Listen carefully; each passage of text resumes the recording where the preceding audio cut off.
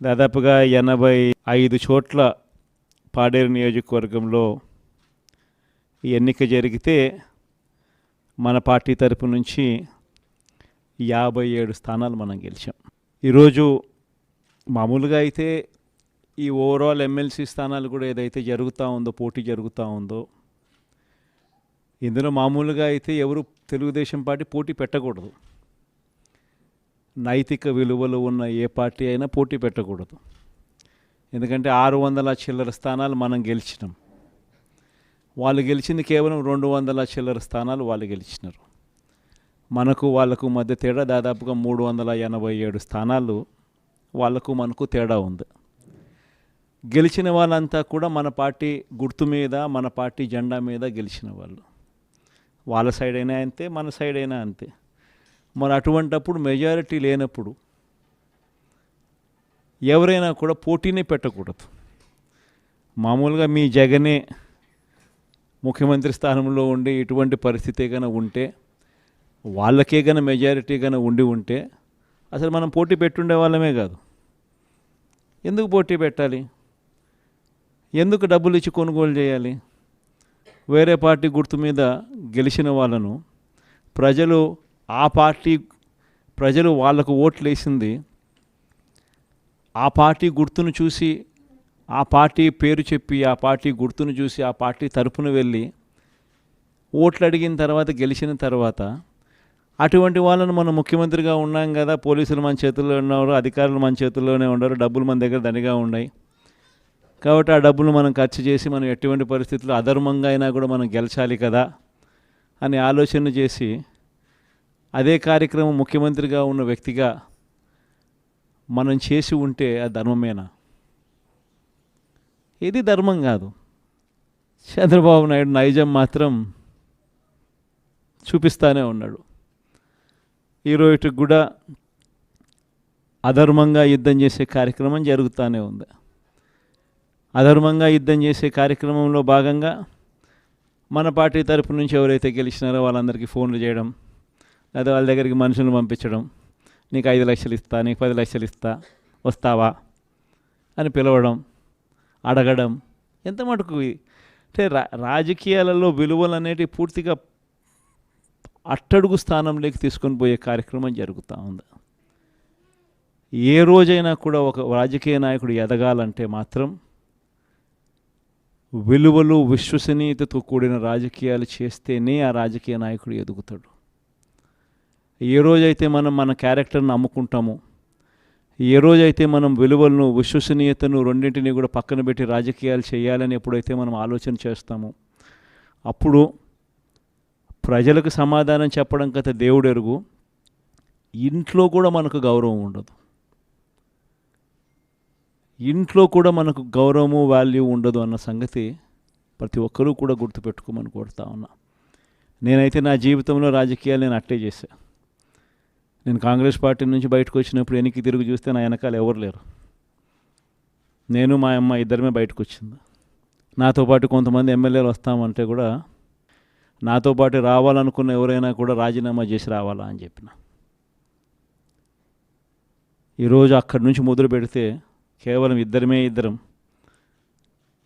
Party నుంచి బయటకు వచ్చి మొదలు పెడితే ఈరోజు దేవుని దయతో ప్రతి అడుగులోనూ కూడా విలువలతో కూడిన రాజకీయాలే చేశాము, విశ్వసనీయతతో కూడిన రాజకీయాలే చేశామని గర్వంగా తలెత్తుకొని కూడా చెప్పగలుగుతాం. ఎందుకు మొన్న ఎలక్షన్లే 2014 ఎలక్షన్ మీ అందరికీ గుర్తుండే ఉంటుంది. మనం ఓడిపోయాం ఆ ఎలక్షన్. ఓడిపోయేటప్పుడు కూడా నా దగ్గరికి చాలామంది వచ్చినారు. మన వాళ్ళే నా దగ్గరికి కూడా వచ్చినారు. మన మంచి కోసమే చెప్పారు, నా మంచి కోసమే చెప్పారు. అన్న చంద్రబాబు నాయుడు ఇష్టం వచ్చినట్టు అబద్ధాలు ఆడుతూ ఉన్నాడు, రైతులకు రుణమాఫీ అంటూ ఉన్నాడు, మహిళలకు రుణమాఫీ అంటూ ఉన్నాడు, ఇంటింటికి ఉద్యోగం అంటున్నాడు, ఉద్యోగం ఇకపోతే 2000 అంటున్నాడు, ప్రతి ఒక్కరికి 3 సెంట్ల స్థలం అంటూ ఉన్నాడు.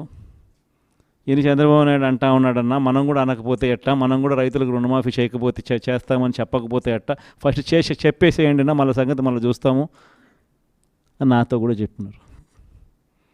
కానీ చెయ్యలేనిది, జరగనిది చెప్పడానికి మీ జగన్ ఇష్టపడలా, అబద్ధం చెప్పనందుకు ఆ ఎన్నికల్లో మనం ఓడిపోయినాం. ఆ ఎన్నికల్లో మనం ఓడిపోయి ప్రతిపక్షంలో కూర్చున్నాం. దాని తర్వాత చంద్రబాబు నాయుడు పరిపాలన చేశాడు. అడ్డగోలుగా ఆయన చెప్పినవన్నీ అబద్ధాలు అని చెప్పి ప్రజలందరూ కూడా నమ్మేట్టుగా, ప్రజలందరికీ కనిపించేట్టుగా చంద్రబాబు నాయుడు అనే వ్యక్తి ప్రజలను మోసం చేశాడు అన్నది తెలిసేట్టుగా ఆ తర్వాత 2019 ఎన్నికలు వచ్చేసరికి ఏకంగా చంద్రబాబు నాయుడు అనే వ్యక్తికి డిపాజిట్లు కూడా దక్కని అందువనమైన పరిస్థితులకి పోయాడు. 2019లో మనం అధికారంలోకి వచ్చినాం.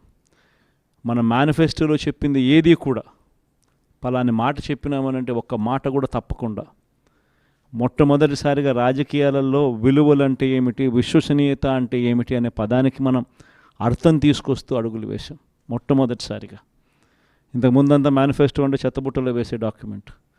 మొట్టమొదటిసారిగా మేనిఫెస్టో అంటే చెత్తబుట్టలో వేసే డాక్యుమెంట్ కాదు.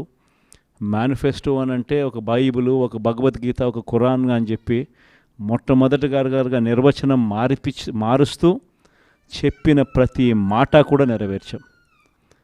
ఒక 10% జనాభాలు మాత్రం చంద్రబాబు నాయుడు మోసాన్ని నమ్మారు.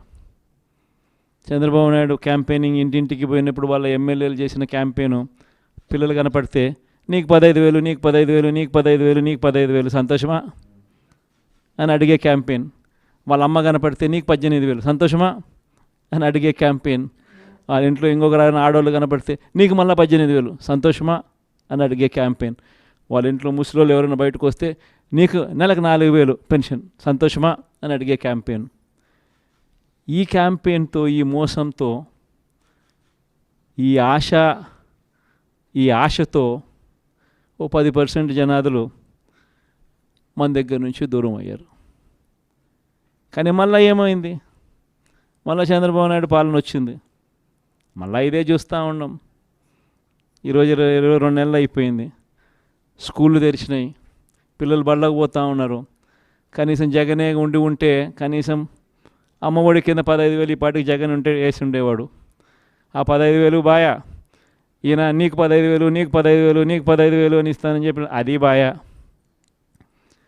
వ్యవసాయ పనులు ముమ్మరంగా సాగుతూ ఉన్నాయి. జగనే ఉంటే రైతు భరోసా కింద 13,500 చేతిలో పడేది. జగనే ఉంటే చంద్రబాబు వచ్చాడు, 20,000 ఇస్తానన్నాడు. ఆ 13,500 బాయా, ఆ 20,000 బాయా.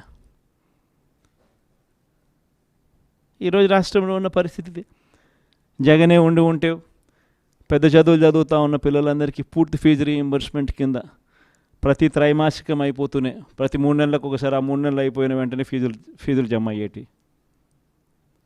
ఇప్పుడు జనవరి, ఫిబ్రవరి, మార్చి త్రైమాసికానికి సంబంధించి ఫీజులు ఎగిరిపోయినాయి. మామూలుగా జగనే ఉండుంటే మేలో పడి ఉండేటివి.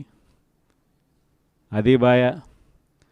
ఆ పిల్లలు రేపు పొద్దున ఇంజనీరింగ్ చదువుతున్న పిల్లలు, డిగ్రీ చదువుతూ ఉన్న పిల్లలు, వీళ్ళందరికీ ఫీజులు కట్టడానికి ఫీజులు కూడా చెల్లించలేని పరిస్థితిలో ఆ పిల్లలు బళ్ళకు పోతూ ఉన్నారు, కాలేజీలకు పోతూ ఉన్నారు. కాలేజీలు ఆ పిల్లలందరినీ కూడా నువ్వు ఫీజులు కట్టకపోతే కాలేజీలో టీసీ తీసుకుని వెళ్ళిపోమని చెప్తా ఉన్నారు.